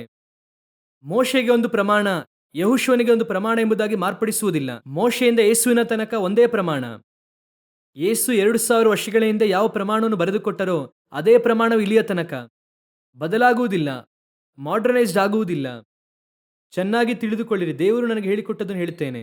ಈ ವಾಕ್ಯ ಇದೆಯಲ್ಲ, ಈ ವಾಕ್ಯ ಮೊದಮೊದಲು ಬರೆಯುವಾಗ ಚರ್ಮದ ಸುರುಳಿಯಲ್ಲಿ ಬರೆಯುತ್ತಾರೆ, ಆನಂತರ ಪೇಪರಲ್ಲಿ ಬರೆಯುತ್ತಾರೆ ಸತ್ಯ, ಕಲ್ಲುಗಳ ಮೇಲೆ ಬರೆಯುತ್ತಾರೆ ಸತ್ಯ. ಈಗ ಡಿಜಿಟಲ್ ಆಗಿ ಗಾಳಿಯಲ್ಲಿ ಬರೆಯುತ್ತಾರೆ ಸತ್ಯ. ಇನ್ನು ಯಾವುದರಲ್ಲಿ ಬರೆಯುತ್ತಾರೆ ಎಂದು ಗೊತ್ತಿಲ್ಲ, ಇನ್ನೂ ಬರೆಯುತ್ತಾರೆ. ಚರ್ಮದ ಸುರುಳಿಯಿಂದ ಗಾಳಿಯ ತನಕ ಬರೆಯುವಂಥದ್ದು ಬದಲಾಗುತ್ತದೆ, ಆದರೆ ವಾಕ್ಯವು ಮಾತ್ರ ಬದಲಾಗುವುದೇ ಇಲ್ಲ. ಅದೇ ವಾಕ್ಯವೇ ಇರುತ್ತದೆ. ನೀವು ಚರ್ಮದ ಸುರುಳಿಯಲ್ಲಿ ಒಂದು ವಾಕ್ಯ, ಡಿಜಿಟಲ್ ಅಲ್ಲಿ ಬರೆಯುವಾಗ ಇನ್ನೊಂದು ವಾಕ್ಯ ಆಗುವುದಿಲ್ಲ. ನೀವು ಯಾವ ಮೋಡನ್ನು ಬೇಕಾದ್ರೂ ಬದಲಾಯಿಸಿಕೊಳ್ಳಿ, ವಾಕ್ಯವನ್ನು ಮಾತ್ರ ಬದಲಾಯಿಸುವುದಕ್ಕೆ ಆಗಲ್ಲ. ವಾಕ್ಯವನ್ನು ಬದಲಾಯಿಸುವವನಿಗೆ ಅಯ್ಯೋ. ಅಷ್ಟೇನೆ. ಅವತ್ತು ಇದ್ದಂತಹ ದೇವರೇ ಇಂದು ಕೂಡ ಜೀವಂತವಾಗಿಯೇ ಇದ್ದಾರೆ. ಇವತ್ತು ನೀನು ಗೂಡಾರದೊಳಗೆ ಏನನ್ನು ತರುತ್ತಿದ್ದೀಯಾ? ಕರ್ತನು ಅಸಹ್ಯ ಪಡುವಂತಹ ಕಾರ್ಯವನ್ನು ಗೂಡಾರದೊಳಗೆ ತರುತ್ತಾ ಇದ್ದೀಯಾ? ಒಂದು ದಿನ ನಿನ್ನ ನಗ್ನತೆ ಕಾಣಲ್ಪಡುತ್ತದೆ. ನೀನು ಶಪಿಸಲ್ಪಟ್ಟವನಾಗಿ ಕಾಣಲ್ಪಡುತ್ತೀಯಾ? ಗೂಡಾರದೊಳಗೆ ದೇವರು ಯಾವಾಗಲೇ ಸಂಚರಿಸುವಾಗಲೂ ಹಳೆಯ ಪಾಪಗಳು ಯಾವುದು ಒಳಗೆ ಬರಬಾರದು. ಕರ್ತನು ಅಂದು ಹೇಗೆ ನೋಡಿದ್ರೋ ಅದನ್ನೇ ಹೇಳುತ್ತಾರೆ ಯಾಕೋಬನನ್ನು ನೋಡಿ. ಯಾಕೋಬನೇ, ನಿನ್ನ ಗೂಡಾರವು ಎಷ್ಟೋ ಸುಂದರವಾಗಿ ಇವೆ, ಎಷ್ಟೋ ಸುಂದರವಾಗಿದೆ ನಿನ್ನ ಗೂಡಾರ. ಬೀಳಾಮನು ನೋಡುತ್ತಾನೆ, ಅಲ್ಲಿಂದ ನೋಡುತ್ತಾನೆ ಗೂಡಾರವನ್ನು, ಶಪಿಸುವುದಕ್ಕೆ ಇಲ್ಲಿ ಏನೂ ಕೂಡ ಇಲ್ಲ. ಇಲ್ಲಿಂದ ನೋಡುತ್ತಾನೆ ಗೂಡಾರವನ್ನು, ಶಪಿಸುವುದಕ್ಕೆ ಏನೂ ಕೂಡ ಇಲ್ಲ. ಸರಿ, ಕಡೆಯದಾಗಿ ಹೇಳುತ್ತಾನೆ, ನಾನು ಕಡೆಯದಾಗಿ ನಿಂತು ನೋಡುತ್ತೇನೆ. ಒಂದು ವೇಳೆ ಮುಂದೆ ಇರುವಂತವರು ಪರ್ಫೆಕ್ಟ್ ಆಗಿರುತ್ತಾರೆ, ಹಿಂದೆ ಇರುವಂತವನು ಕೆಟ್ಟವನಾಗಿರಬಹುದು ಎಂಬುದಾಗಿ ಬೀಳಾಮನ ಆಲೋಚನೆ. ಸಾಮಾನ್ಯವಾಗಿ ನೀವು ಸ್ಕೂಲಲ್ಲಿ ನೋಡಿದ್ದೀರಾ? ಹೇಳುತ್ತಾರೆ, ಈ ಫ್ರಂಟ್ ಬೆಂಚಲ್ಲಿ ಕೂತಿರುವಂತವರೆಲ್ಲ ಯಾರು? ಚೆನ್ನಾಗಿ ಓದುವಂತಹ ಮಕ್ಕಳು. ಈ ಲಾಸ್ಟ್ ಬೆಂಚಲ್ಲಿ ಕೂತಿರುವಂತವ್ರು ಯಾರು? ಉದ್ಧಾರ ಆಗದೇ ಇರುವಂತವ್ರು ಎಂಬುದಾಗಿ ಹೇಳುತ್ತಾರೆ ಅಲ್ವಾ? ಬೀಳಾಮನು ಅದನ್ನೇ ಹೇಳುತ್ತಾನೆ. ಫ್ರಂಟಲ್ಲಿ ನೋಡಿದ್ರೆ ಎಲ್ಲರೂ ಓದುವವರಾಗೇ ಇದ್ದಾರೆ. ಸರಿ, ಲಾಸ್ಟ್ ಬೆಂಚಲ್ಲಿ ನೋಡೋಣ, ಅಲ್ಲಿ ಎಲ್ಲ ಹೇಗಿದ್ದಾರೆ ನೋಡೋಣ. ಆದರೆ ಇಸ್ರಾಯೇಲ್ ಗೂಡಾರದಲ್ಲಿ ಹೋಗಿ ನೋಡುವುದಾದರೆ ಎಲ್ಲ ಬೆಂಚ್ನಲ್ಲೂ ಕೂಡ ಓದುವಂತವರೇ ಇದ್ದಾರೆ, ಎಲ್ಲ ಒಳ್ಳೆಯವರೇ ಇದ್ದಾರೆ. ಯಾರನ್ನು ಕೂಡ ಅವನಿಂದ ಶಪಿಸುವುದಕ್ಕೆ ಆಗಲಿಲ್ಲ. ಆ ರೀತಿಯಾಗಿಯೇ ನಮ್ಮ ಸಭೆಯ ಗೂಡಾರವೂ ಕೂಡ ಇರಬೇಕು. ಇಲ್ಲಿ ಕೂತಿರುವವರ ಬಳಿ ಯಾವ ಪರಿಶುದ್ಧಾತ್ಮನ ತುಂಬಿಸುವಿಕೆ ಇದೆಯೋ ಅದೇ ಸಮಯದಲ್ಲಿ ಕಡೆಯದಾಗಿ ಮೂಲೆಯಲ್ಲಿ ಕೂತಿರುವಂತಹ ಆ ಆತ್ಮದಲ್ಲೂ ಕೂಡ ಅದೇ ಪರಿಶುದ್ಧಾತ್ಮನ ತುಂಬಿಸುವಿಕೆ ಇರಬೇಕು. ಸಭೆಯಲ್ಲಿರುವಂತ ಎಲ್ಲರ ಸ್ಪಿರಿಚುವಲ್ ಸ್ಟ್ಯಾಂಡರ್ಡ್ ಕೂಡ ಒಂದೇ ಸ್ಟ್ಯಾಂಡರ್ಡ್ ಆಗಿರಬೇಕು. ಇಲ್ಲಿಂದ ನೋಡಿದ್ರೆ ಗೂಡಾರ ತಪ್ಪಾಗಿ ಕಾಣುತ್ತದೆ, ಅಲ್ಲಿಂದ ನೋಡಿದ್ರೆ ಗೂಡಾರ ತಪ್ಪಾಗಿ ಕಾಣುತ್ತದೆ ಎಂಬುದಾಗಿ ಹೇಳಬಾರದು. ನಮ್ಮ ಸಭೆಯನ್ನು ಎಲ್ಲಿಂದ ನೋಡಿದರೂ ಕೂಡ ಅದು ಪರ್ಫೆಕ್ಟ್ ಆಗಿಯೇ ಇರುತ್ತದೆ. ಅದು ದೇವರ ಪಾಳೆಯವಾಗಿದೆ, ಅದು ಪರಿಶುದ್ಧವಾಗಿಯೇ ಇರುತ್ತದೆ. ಹಲ್ಲೆಲೂಯ. ಒಂದು ದಿನ ನೀವು ಯಾವುದನ್ನು ಹಾಗೆ ಮಾಡಿದ್ರೋ ಸಾಯುವ ತನಕ ನೀವು ಅದನ್ನು ಹಾಗೆ ಮಾಡುತ್ತಲೇ ಇರಬೇಕು. ನಾನು ಹೇಳುತ್ತಾ ಇರುವಂತದ್ದು ಪಾಪವನ್ನು, ಮನುಷ್ಯನನ್ನಲ್ಲ. ಪಾಪಿಯನ್ನಲ್ಲ ಪಾಪವನ್ನು. ಅವತ್ತು ದೇವರು ಬೇಡ ಎಂದು ಹೇಳಿದ್ದಾರೆಂದ್ರೆ ಇವತ್ತು ಕೂಡ ಬೇಡ ಅಂತ ಹೇಳುತ್ತಾರೆ. ಅವತ್ತು ಇಲ್ಲ ಅಂದಿದ್ದಾರೆಂದ್ರೆ ಇವತ್ತು ಇಲ್ಲ. ಅದೇನೆಂದರೆ ಮಕ್ಕಳು ಮಾಡುವಾಗ ಅದು ಅವರಿಗೆ ಸರಿ, ಮಾಡಲಿ. ಒಂದು ದಿನ ಅವರು ಬದಲಾಗುತ್ತಾರೆ, ಬದಲಾಗುವುದಿಲ್ಲ, ಅದು ಅವರಿಗೂ ದೇವರಿಗೂ ಬಿಟ್ಟದ್ದು. ತಪ್ಪು ಎಂಬುದಾಗಿ ಹೇಳಿದಂತ ನೀನು ಅದನ್ನು ಸರಿ ಎಂಬುದಾಗಿ ಹೇಳಬೇಡ. ಆಗ ಏನಾಗುತ್ತದೆ? ನೀನು ಮತ್ತೆ ನಿಕೊಲಾಯಿತರ ಉಪದೇಶವನ್ನು ಒಳಗೆ ತಂದಿದ್ದೀಯೆ ಎಂಬುದಾಗಿ ಅರ್ಥ. ಆರಂಭದಲ್ಲಿ ನೀನು ಏನನ್ನು ಹಾಗೆ ಮಾಡಿದ್ಯೋ ಅದನ್ನು ಕಡೆಯ ತನಕ ಹಾಗೆ ಮಾಡಬೇಕು. ಯಾಕಂದ್ರೆ ದೇವರು ಅದನ್ನು ನಿನಗೆ ಬೋಧಿಸಿದ್ದು, ನನಗೆ ಹೇಳಿದಂಥದ್ದು, ನನಗೆ ಹೇಳಿದ್ದು ಅಷ್ಟೇನೆ. ನನ್ನ ಗುಡಾರದ ಒಳಗೆ ಹೇಗೆ ಆರಂಭದಲ್ಲಿ ನಾನು ಪರಿಶುದ್ಧತೆಯನ್ನು ಕಾದುಕೊಂಡೆನೋ, ಅವರು ಬರುವ ತನಕ ನನ್ನ ಗುಡಾರವು ಹಾಗೇ ಇರುತ್ತದೆ. ಇವತ್ತು ನೋಹನ ಗುಡಾರದೊಳಗೆ ಜಲಪ್ರಳಯಕ್ಕೂ ಮುಂಚೆ ಇದ್ದಂಥ ಅಮಲು ಬಂದಿದೆ. ಅದು ತಿಳಿದು ಬಂತೋ ತಿಳಿಯದೆ ಬಂತೋ, ಮತ್ತೆ ಹೇಳುತ್ತೇನೆ, ತಿಳಿದು ಬಂತೋ ತಿಳಿಯದೆ ಬಂತೋ, ಆದರೆ ಅದರ ಪರಿಣಾಮ ಏನಾಯಿತು ಎಂಬುದಾಗಿ ನೋಡಿ. ಆಶೀರ್ವಾದದ ಗುಡಾರ ಶಪಿಸಲ್ಪಟ್ಟಂತ ಗುಡಾರವಾಗಿ ಮಾರ್ಪಟ್ಟಿತು. ಅವರ ಸಂತತಿಯು ಶಪಿಸಲ್ಪಟ್ಟಿತು.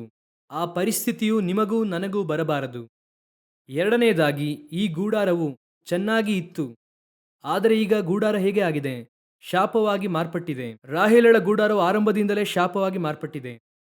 ಆದರೆ ಇದು ಹಾಗೆ ಇಲ್ಲ, ಆರಂಭಿಸುವಾಗ ಚೆನ್ನಾಗಿಯೇ ಇತ್ತು. ದಿನಗಳು ಕಳೆದಂತೆ ಏನು ಬಂತು? ಒಳಗೆ ಶಾಪವು ಬಂತು. ಆದರೆ ಕಡೆಯದಾಗಿ ಒಂದು ಗೂಡಾರವನ್ನು ನೋಡೋಣ. ಅದನ್ನು ನೋಡಿ ನಾವು ಮುಗಿಸೋಣ. ಓದಿರಿ, ಇಬ್ರಿಯರಿಗೆ ಬರೆದ ಪುಸ್ತಕ 11ನೇ ಅಧ್ಯಾಯ 9 ಹಾಗೂ 10ನೇ ವಾಕ್ಯವನ್ನು ಓದಿರಿ. ನಂಬಿಕೆಯಿಂದಲೇ ಅವನು ವಾಗ್ದತ್ತ ದೇಶಕ್ಕೆ ಬಂದಾಗ ಅಲ್ಲಿ ಅನ್ಯ ದೇಶದಲ್ಲಿದ್ದವನಂತೆ ಡೇರೆಗಳಲ್ಲಿ ಇದ್ದುಕೊಂಡು ಪ್ರವಾಸಿಯಾಗಿ ಬದುಕಿದನು. ಅದೇ ವಾಗ್ದಾನಕ್ಕೆ ಸಹಬಾಧ್ಯರಾಗಿದ್ದ ಈಸಾಕನು ಯಾಕೋಬನು ಅವನಂತೆಯೇ ಡೇರೆಗಳಲ್ಲಿ ವಾಸಿಸಿದರು. ಗಮನಿಸಿರಿ, ಅಬ್ರಹಾಮನು ಯಾರು? ಬಹು ಶ್ರೀಮಂತನು. ಅಬ್ರಹಾಮನು ಯಾರು? ಭಯಂಕರವಾದ ಶ್ರೀಮಂತನು. ಯಾಕಂದ್ರೆ ಅದನ್ನೇ ಆ ಸೇವಕನು ರೆಬೆಕಾಳನ್ನು ಕರೆದುಕೊಂಡು ಬರುವಾಗ ಹೇಳುತ್ತಾನೆ. ದೇವರು ಅವರನ್ನು ಎಲ್ಲಾ ವಿಷಯದಲ್ಲಿ ಏನು ಮಾಡಿದ್ದಾರೆ? ಆಶೀರ್ವದಿಸಿದ್ದಾರೆ. ಅವರು ಬಹು ಶ್ರೀಮಂತರಾಗಿದ್ದಾರೆ ಎಂಬುದಾಗಿ ಹೇಳುತ್ತಾನೆ. ಆದರೆ ಯಾಕೆ ಅವರು ಗೂಡಾರದಲ್ಲಿ ವಾಸ ಮಾಡುತ್ತಾ ಇದ್ದರು? ಯಾಕೆ ಗೂಡಾರದಲ್ಲಿ ಇದ್ದಾರೆ? ಹಾಗಂದರೆ ಇವರಿಗೆ ಒಂದು ಕಾರ್ಯವು ಗೊತ್ತಿದೆ. ಏನು ಗೊತ್ತಿದೆ ಎಂಬುದಾಗಿ ಮುಂದಿನ ವಾಕ್ಯ ಓದಿರಿ. ಯಾಕಂದರೆ ಅವನು ಶಾಶ್ವತವಾದ ಅಸ್ತಿವಾರಗಳುಳ್ಳ ಪಟ್ಟಣವನ್ನು, ಅಂದರೆ ದೇವರು ಸಂಕಲ್ಪಿಸಿ ನಿರ್ಮಿಸಿದ ಪಟ್ಟಣವನ್ನು ಎದುರು ನೋಡುತ್ತಿದ್ದನು. ಅವನು ಯಾಕೆ ಗೂಡಾರದಲ್ಲಿ ವಾಸ ಮಾಡುತ್ತಾ ಇದ್ದನು ಎನ್ನುವುದಕ್ಕೆ ಕಾರಣ ಏನೆಂದರೆ, ಈಗ ನಾನು ಇರುವಂತ ಈ ಗೂಡಾರವು ಯಾಕೆ ಇದ್ದೇನೆ ಅಂದರೆ, ನನಗೆ ಅಸ್ತಿವಾರವುಳ್ಳ ಪಟ್ಟಣವೊಂದು ಬರಲಿದೆ. ಆ ಅಸ್ತಿವಾರವುಳ್ಳ ಪಟ್ಟಣಕ್ಕಾಗಿ ಕಾದಿರುವಂತ ನಾನು ಗೂಡಾರದಲ್ಲಿ ವಾಸ ಮಾಡುತ್ತಾ ಇದ್ದೇನೆ. ಈಗ ಇದು ಓಕೆ. ಇವರು ತೀರ್ಮಾನ ಮಾಡುತ್ತಾರೆ. ಯಾವಾಗ ಮಾಡುತ್ತಾರೆ ಅಂದರೆ 75ನೇ ವರ್ಷದಲ್ಲಿ ತೀರ್ಮಾನ ಮಾಡುತ್ತಾರೆ. ಯಾಕಂದ್ರೆ ಆದಿಕಾಂಡ 12ನೇ ಅಧ್ಯಾಯದಲ್ಲಿ ಹೇಳುತ್ತದೆ, ಅವನು ಕಾನಾನ್ಗೆ ಹೋಗಿ ಗೂಡಾರವನ್ನು ಹಾಕಿಕೊಂಡನು ಎಂಬುದಾಗಿ ಇದೆ. ನಮಗೆ ಗೊತ್ತಿರುವ ಹಾಗೆ 75ನೇ ವರ್ಷದಲ್ಲಿ ಗೂಡಾರವನ್ನು ಹಾಕಿದ್ದಾರೆ.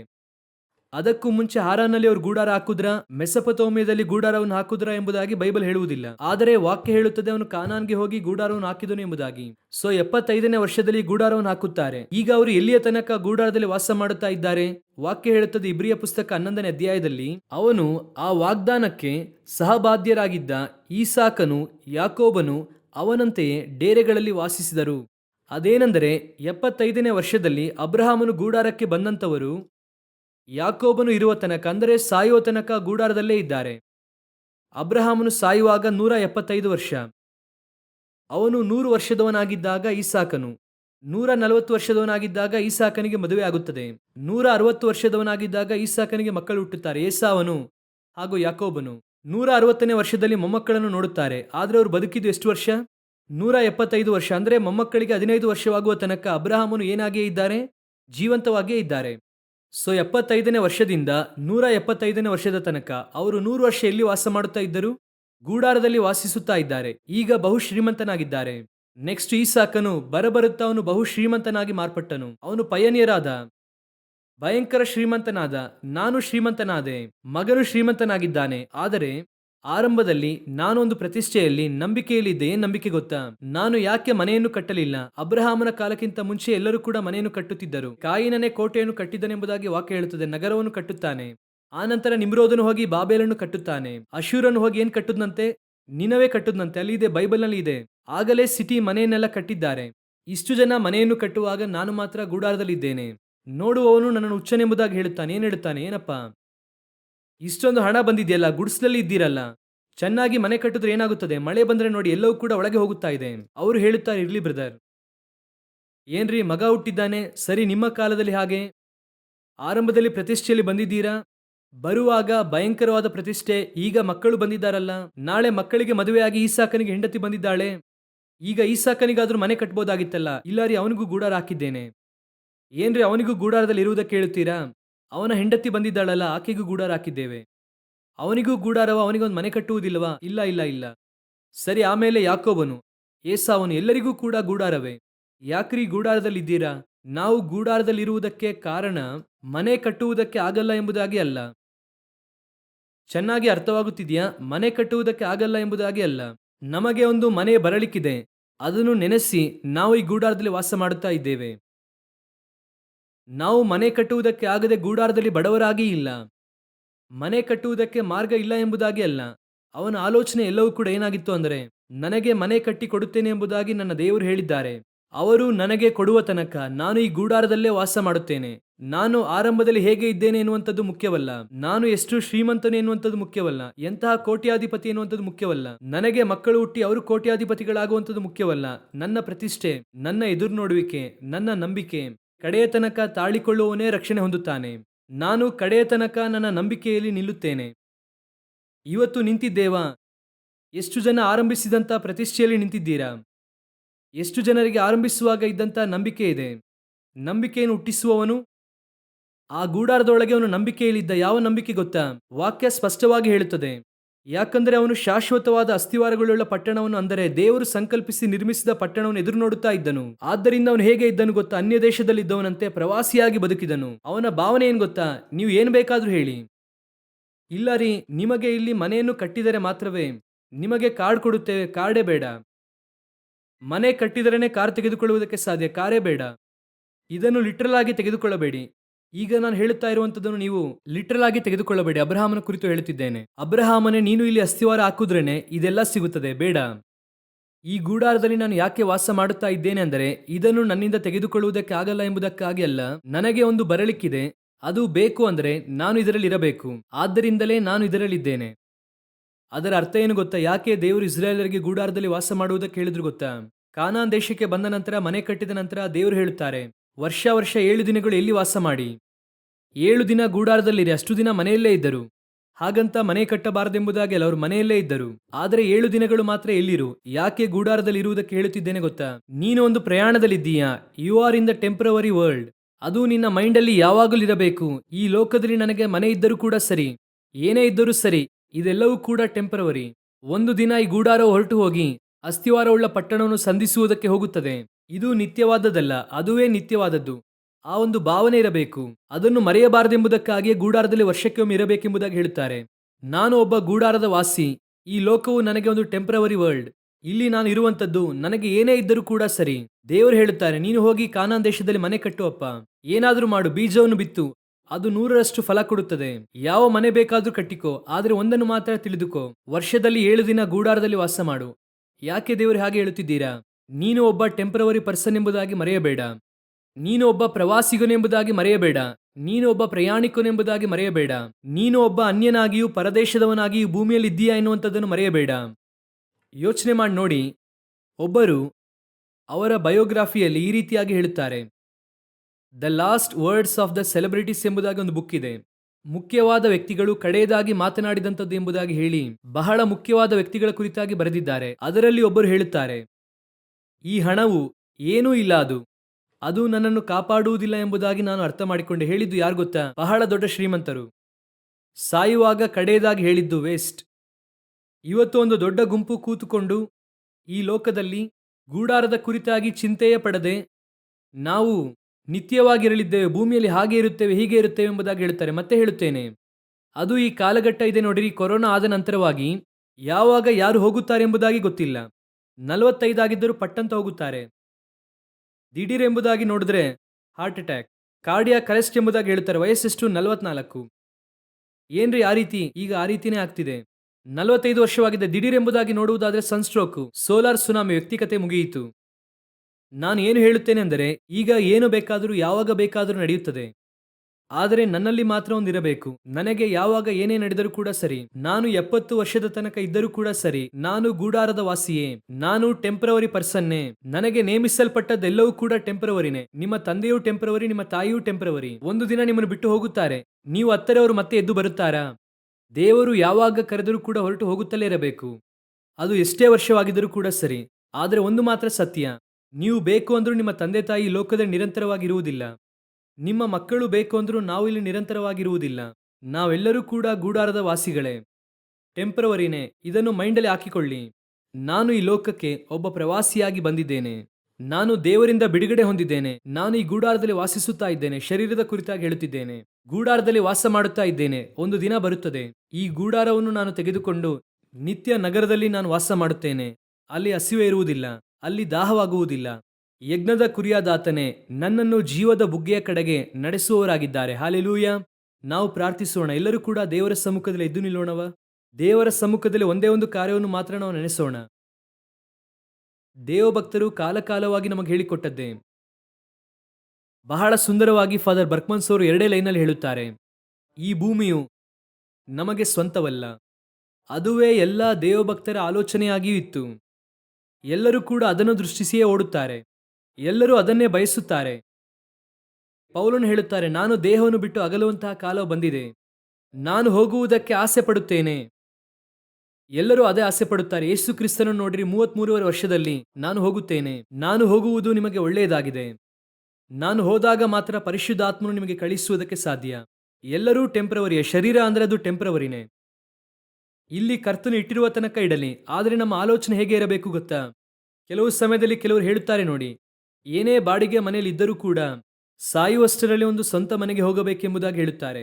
ಅದು ಲೋಕ ಪ್ರಕಾರವಾಗಿ ಹೇಳುವಂಥದ್ದು. ನಾನು ಆತ್ಮಿಕವಾಗಿ ಹೇಳುತ್ತೇನೆ, ಏನೇ ಈ ಭೂಮಿಯಲ್ಲಿ ನೀವು ಇದ್ದರೂ ಕೂಡ ಸ್ವಂತ ಮನೆ ನಮಗೋಸ್ಕರವಾಗಿ ಇದೆ.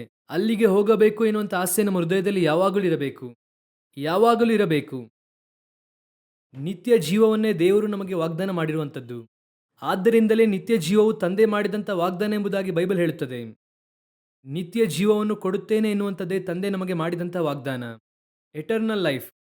ಒಪ್ಪಿಸಿಕೊಡೋಣವ. ಈ ಲೋಕದಲ್ಲಿ ನಮಗೆ ಸಿಗುವಂಥ ಪಟ್ಟ, ಆಸ್ತಿ, ಪದವಿ, ಹಣ ಎಲ್ಲರೂ ಹೆಚ್ಚಿಸಿ ಮಾತನಾಡುವಂಥದ್ದು, ಅದೆಲ್ಲವೂ ಕೂಡ ಒಂದು ದಿನ ಹೋಗುತ್ತದೆ. ಒಂದು ದಿನ ಹೋಗುತ್ತದೆ. ಒಂದು ದಿನ ಅವರು ಕೂಡ ದೂಷಿಸಿ ಮಾತನಾಡುತ್ತಾರೆ. ನಿಮ್ಮನ್ನು ಹೆಚ್ಚಿಸಿದವರೇ ದೂಷಿಸಿ ಮಾತನಾಡುತ್ತಾರೆ. ಇವತ್ತು ನಿಮ್ಮ ಪ್ರಸಂಗ ಚೆನ್ನಾಗಿದೆ ಅನ್ನುತ್ತಾರೆ, ನಾಳೆ ಚೆನ್ನಾಗಿಲ್ಲ ಅನ್ನುತ್ತಾರೆ. ಇವತ್ತು ನಿಮ್ಮ ಹಾಡು ಚೆನ್ನಾಗಿದೆ ಅನ್ನುತ್ತಾರೆ, ನಾಳೆ ಚೆನ್ನಾಗಿಲ್ಲ ಅನ್ನುತ್ತಾರೆ. ಆದರೆ ಕರ್ತನು ನಿಮ್ಮ ಕುರಿತಾಗಿ ಸಾಕ್ಷಿ ಕೊಡಬೇಕು ಅಷ್ಟೇನೆ. ಆ ಸಾಕ್ಷಿಯೇ ನಿತ್ಯ ಸಾಕ್ಷಿಯಾಗಿರುತ್ತದೆ. ಮನುಷ್ಯನು ಕೊಡುವಂಥ ಹೆಚ್ಚಳ, ಮನುಷ್ಯನು ಕೊಡುವಂಥ ಪದವಿ, ಮನುಷ್ಯನು ಕೊಡುವಂಥ ಹೊಗಳಿಕೆ, ಇದೆಲ್ಲವೂ ಕೂಡ ಬೇಡ ಎಂದು ಹೇಳಿ. ಅದೆಲ್ಲವೂ ಕೂಡ ಸತ್ಯ ಅಲ್ಲ. ಈ ಭೂಮಿಯಲ್ಲಿ ಏನಿದೆ, ಏನೋ ಅವರ ಸಂತೋಷಕ್ಕೆ ಅವರು ಮಾಡುತ್ತಾರೆ. ನಮಗೆ ಪರಲೋಕದಲ್ಲಿ ತಂದೆಯ ಮುಂಭಾಗದಲ್ಲಿ ಎಲ್ಲರ ಮುಂದೆ ನಮ್ಮ ಮೇಲೆ ಕಿರೀಟವನ್ನಿಟ್ಟು ನಮ್ಮನ್ನು ಘನಪಡಿಸುತ್ತಾರೆ. ಆ ಒಂದು ಘನವೇ ಉತ್ತಮವಾದಂತಹ ಘನ. ಕೋಟ್ಯಾನುಕೋಟಿ ದೇವದೂತರ ಮುಂದೆ ನಿಮ್ಮನ್ನು ಘನಪಡಿಸುತ್ತಾರೆ ನೋಡಿ. ಆದ್ದರಿಂದಲೇ ಸಾರಾ ನವರೋಜಿಯಮ್ಮ ಸುಂದರವಾಗಿ ಹೇಳುತ್ತಾರೆ, ಹಾರುತ್ತಾ ಪಾರಿವಾಳದ ಹಾಗೆ ನಾನು ಹೋಗಿ ವಿಶ್ರಾಂತಿ ಮಾಡುವೆ. ಪರಲೋಕದ ದ್ವಾರ ಪರಮಚಿಯೋನ್ ನನ್ನನ್ನು ಬರಮಾಡಿಕೊಳ್ಳುತ್ತದೆ. ಎಷ್ಟು ಸಂತೋಷ ನೋಡಿ.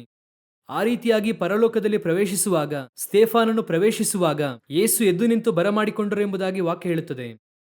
ತಂದೆಯ ಬಲಪಾರ್ಶ್ವದಲ್ಲಿ ಕೂತುಕೊಂಡಿದ್ದಂತಹ ದೇವರು ಸ್ತೆಫಾನನನ್ನು ನೋಡುವಾಗ ಎದ್ದು ನಿಲ್ಲುತ್ತಾರಂತೆ. ಆ ರೀತಿಯಾಗಿರುವಂಥ ಒಂದು ಬರಮಾಡುವಿಕೆ, ಆ ರೀತಿಯಾದ ಆಹ್ವಾನ ನಮಗೆ ಆಗಬೇಕು. ಪರಲೋಕದಲ್ಲಿ ಪ್ರವೇಶಿಸುವಾಗ ಪರಲೋಕವು ಎದ್ದು ನಿಂತು ನಮ್ಮನ್ನು ಬರಮಾಡಿಕೊಳ್ಳಬೇಕು. ಒಪ್ಪಿಸಿಕೊಡೋಣ ದೇವರ ಸಮ್ಮುಖದಲ್ಲಿ. ಆ ರೀತಿಯಾಗಿ ಆಸೆ ಪಡೋಣ. ನಿತ್ಯತ್ವಕ್ಕೋಸ್ಕರವಾಗಿ ಆಸೆ ಪಡೋಣ. ಈ ಲೋಕದ ಆಶೆಗಳೆಲ್ಲವೂ ಕೂಡ ಒಂದು ದಿನ ಗತಿಸಿ ಹೋಗುತ್ತದೆ. ಇವತ್ತು ತಿನ್ನುವುದಕ್ಕೆ ಆಸೆ ಇದೆ, ಆದರೆ ಒಂದು ದಿನ ತಿನ್ನುವುದಕ್ಕೆ ಆಗಲ್ಲ. ಇವತ್ತು ಚೆನ್ನಾಗಿ ಡ್ರೆಸ್ ಹಾಕಿಕೊಳ್ಳಬೇಕೆಂದು ಆಸೆ ಇದೆ, ಆದರೆ ಒಂದು ದಿನ ಗ್ರ್ಯಾಂಡ್ ಡ್ರೆಸ್ ಮೇಲೆ ಆಸೆ ಇರುವುದಿಲ್ಲ. ಸಿಂಪಲ್ ಆಗಿ ಮಾರ್ಪಡುತ್ತೀಯ.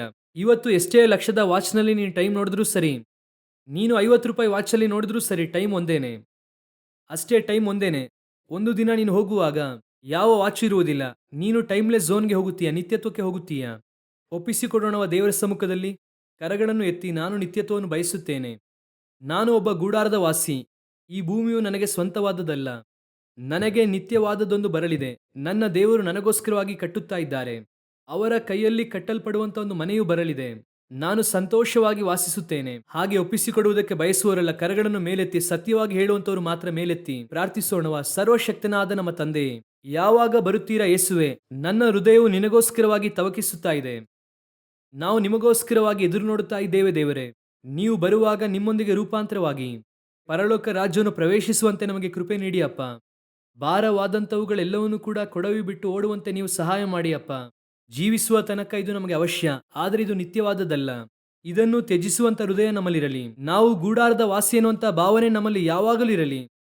We are in the temporary world ಎನ್ನುವಂಥ ಭಾವನೆ ನಮ್ಮಲ್ಲಿ ಯಾವಾಗಲೂ ಇರಲಿ. ನಿಮ್ಮ ಕರಗಳ ಕೆಳಗೆ ತಗ್ಗಿಸಿಕೊಳ್ಳುತ್ತೇವೆ. ನಮ್ಮ ದೇವರಾದ ಯೇಸುವಿನ ನಾಮದಲ್ಲಿ ತಂದೆ, ಆಮೇನ್. ತಂದೆ, ಆಮೇನ್. ತಂದೆ, ಆಮೇನ್.